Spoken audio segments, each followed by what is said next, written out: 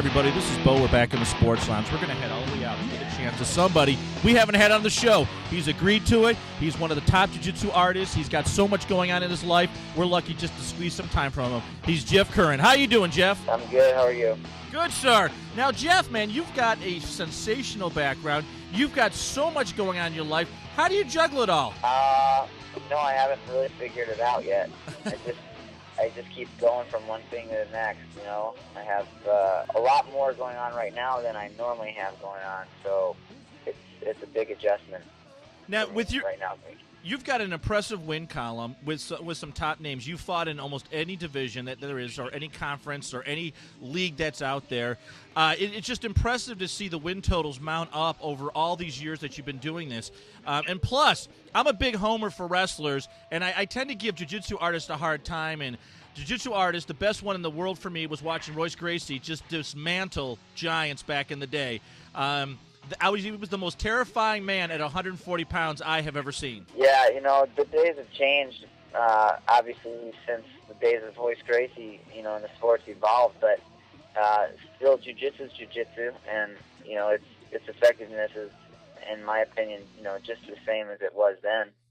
You know, absolutely. The one thing that I love about wrestlers is the ground and pound game, but the thing that jiu-jitsu guys have, which is so impressive, is I call it the anaconda approach. When you get into a groove, you can snake your way from the bottom to top quicker than anybody in any fighting style. It's very impressive. Yeah, you know, that's the thing about jiu-jitsu is you know, sometimes it's just to sit back and let the other guy just work himself into a bad position, and once you get that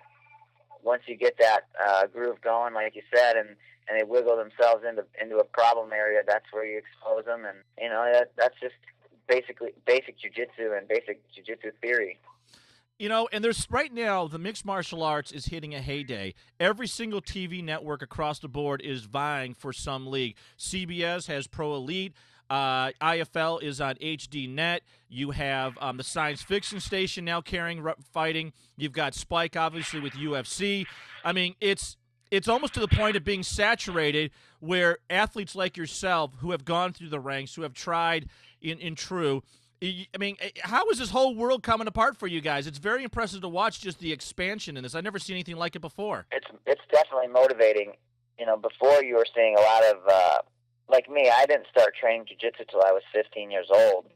And now, outside of Brazil, you know, you have all these kids starting jiu-jitsu and they're 4 or 5 years old, and kickboxing and Thai boxing and wrestling, and they're putting it all together they're doing it all. A lot of them, let me give you an example. I have kids here at my gym that train jiu-jitsu and Thai boxing and stuff, you know, 5, 6 years old. A lot of them never would have turned into wrestlers, but because they want to be fighters, you know, we encourage them to wrestle. So now they're joining wrestling too. And in another 10 years, you're going to see a whole new, different breed of people, and it's already kind of starting to come too.